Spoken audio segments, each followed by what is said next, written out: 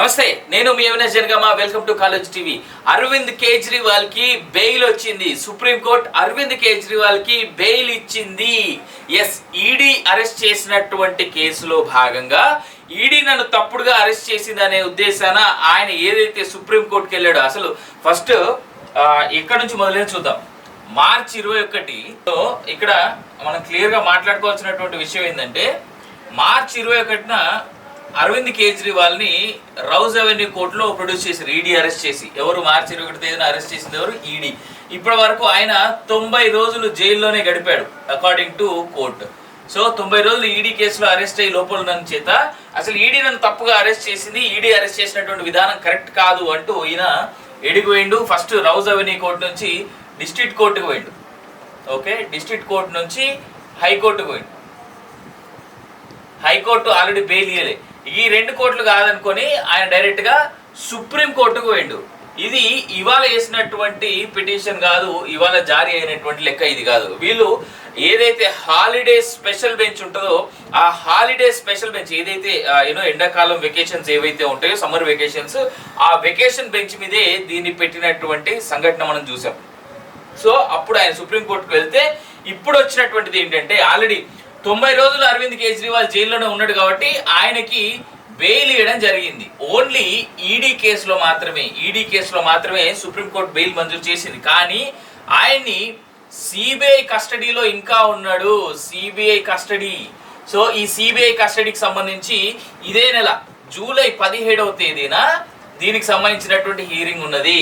ఈ జూలై 17వ తేదీన హీరింగ్ వచ్చిన తర్వాత మాత్రమే అరవింద్ కేజ్రీవాల్ అనేటువంటి వాడు బయటికి వస్తాడా లేదా ఇంకా జైల్లోనే ఉంటాడా అనేటువంటి చూడాలి. ఇవాళ వచ్చినటువంటి ఇంటరిమ్ బెయిల్ ఏదైతే ఉందో దానికి సుప్రీంకోర్టు చెప్పినటువంటి ఏంటంటే, సెక్షన్ 45 అండ్ సెక్షన్ 19 ప్రకారం ఆయన ఆల్రెడీ 90 రోజులు జైల్లోనే ఉన్నాడు. సర్వీస్ చేయాల్సిన రోజులు ఆల్రెడీ జైల్లో సర్వ్ చేసిండు. ఆయన ఆ జైల్లో సర్వ్ చేయడమే కాకుండా ఆయన ఒక ప్రజల చేత ప్రజల కొరకు ఎంచుకోబడ్డటువంటి ముఖ్యమంత్రి కాబట్టి, ప్రజానేత కాబట్టి అని చెప్పేసి కోర్టు చేస్తున్నారు. కానీ తప్పు చేసినోడు మంత్రి అయినా, ముఖ్యమంత్రి అయినా, దేవుడైనా, దయ్యమైనా అందరూ ఒకటే, న్యాయం ముందు చట్టం ముందు అని అంటారు. కాబట్టి ఆ అంశంగా చూసుకుంటే ఇలా ముఖ్యమంత్రి లేదా ప్రజానేత, ప్రజా అభిప్రాయాలు, ప్రజల చేత ఓట్ల వేయడం గెలుచుకోబడ్డటువంటి వ్యక్తి కాబట్టి ఆయనకి వేలియాలనేటువంటి స్టేట్మెంట్ ఏదైతే వాడారో దాన్నైతే నేను ఖచ్చితంగా తప్పుగానే భావిస్తా ఉన్నా.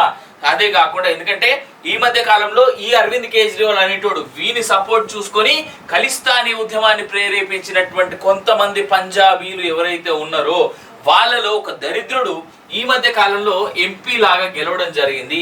అట్లాంటి వాళ్ళని ఖలిస్తానీ వేర్పాటువాదులు లేదా మాకు పాకిస్తాన్ అంటే ఇష్టం, పాకిస్తాన్లో ఉన్నటువంటి పంజాబ్ అంటే ఇష్టం, భారత్లో ఉన్నటువంటి పంజాబ్ అంటే కాదు అనేటువంటి స్టేట్మెంట్లు కూడా ఓ దౌర్భాగ్యపు దిక్కుమాలిన ఎంపీ, పంజాబ్కి సంబంధించినటువంటి ఒక ఎంపీ దగ్గర నుంచి మనం విన్నటువంటి స్టేట్మెంట్లు చూసాం. ఇలా ఖలిస్తానీ వేర్పాటు ఉగ్రవాదులు పార్లమెంటుకు కూడా జైల్లో ఉండి కంటెస్ట్ చేసి గెలిచినటువంటి సంఘటన మనం చూసినాం.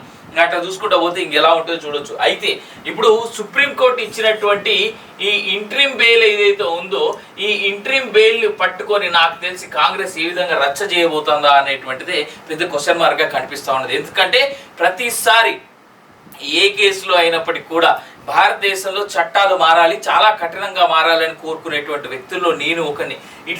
ఇలాంటి దొంగలకి, లంగలకి, లఫుట్లకి అందరికి కలిపి ఇంటరిమ్ బెయిల్స్ ఇస్తే ఇది ఇండీ కూటమి ఏదైతే ఉందో ఈ ఇండీ కూటమికి చాలా పెద్ద ఊతం ఇచ్చినట్టుగానే కనిపిస్తుంది. ఇండీ కూటమిలో ఉన్నది ఎవరయ్యా అంటే ఆమ్ ఆద్మీ పార్టీ, కాంగ్రెస్ పార్టీ, ఆ తర్వాత పక్కన ఉన్నటువంటి మన తమిళనాడులో ఉన్నటువంటి కొన్ని గ్రూపులు, మమతా బెనర్జీ, ఇట్లా చాలా మంది దేశాన్ని అమ్మకదిరి సావాలనేటోళ్ళు ఎవరెవరైతే ఉన్నారో, దేశాన్ని విడగొట్టి ముక్కలు చేసి బాగుపడాలనుకునే వాళ్ళందరూ ఎవరైతే ఉన్నారో వాళ్ళందరూ ఈ ఇండి కూటమిలోనే ఉన్నారు. సో అలాంటి వాళ్ళందరికీ ఇప్పుడు మంచి పండగ, మంచి బిర్యానీ దొరికినట్టే. హవెవర్ సుప్రీంకోర్టు ఇచ్చినటువంటి బెయిల్ ప్రకారం ఈడీ కేసులో మాత్రమే ఇంటరిమ్ బెయిల్ ఇచ్చింది. అది కూడా స్టేటింగ్ 90 రోజులు జైల్లోనే గెలిపిండు అరవింద్ కేజ్రీవాల్. ఇప్పటి వరకు సీఎంగా ఆయన కనీసం రిజైన్ కూడా చేయలేదు అనేటువంటి ఉద్దేశాన్ని మెన్షన్ చేస్తూ, దాంతో పాటు ఇన్ని రోజులు అయింది, మీరు ఆల్రెడీ ఛార్జ్ షీట్ కూడా ఫైల్ చేసిర్రు కాబట్టి,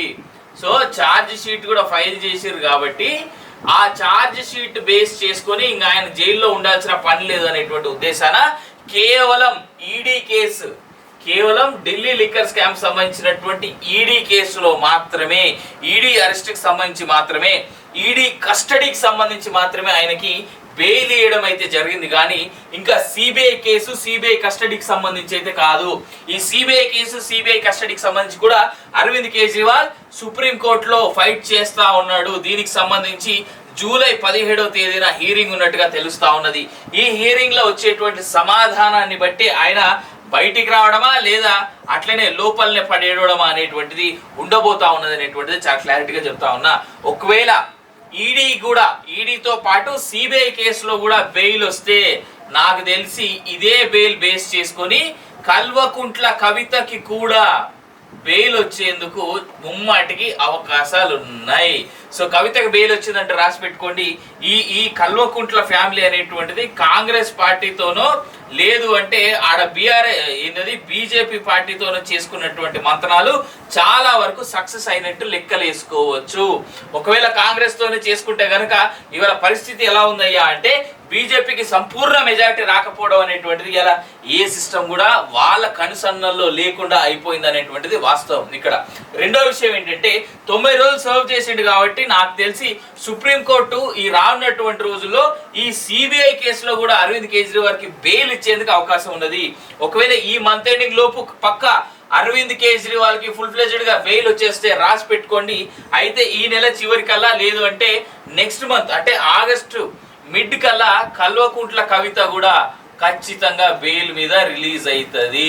ఇది నాకు తెలిసి చాలా వరకు చాలా మందికి శుభవార్త లాగానే అనుకోవచ్చు. అట్లీస్ట్ నిన్న కవిత ఏదైతే బెదిరింపులు చేసిందో ఎన్నిటి లెక్కలు సరిపోయినట్టు లెక్క. అన్నట్టు కవితకి నెలక వారానికి ప్రాపర్ గా లేదు కానీ ఆమె ఖర్చు 30 లక్షలు అవుతుందట జైల్లో.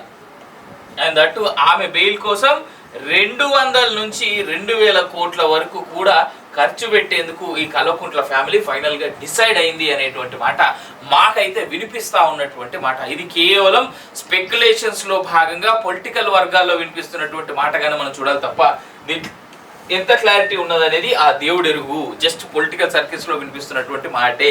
అయితే అరవింద్ కేజ్రీవాల్ కి వచ్చినటువంటి ఈ బెయిల్ ని ఇమీడియట్ గా ఆయన బయటకు వచ్చేందుకు అయితే అవకాశం లేదు.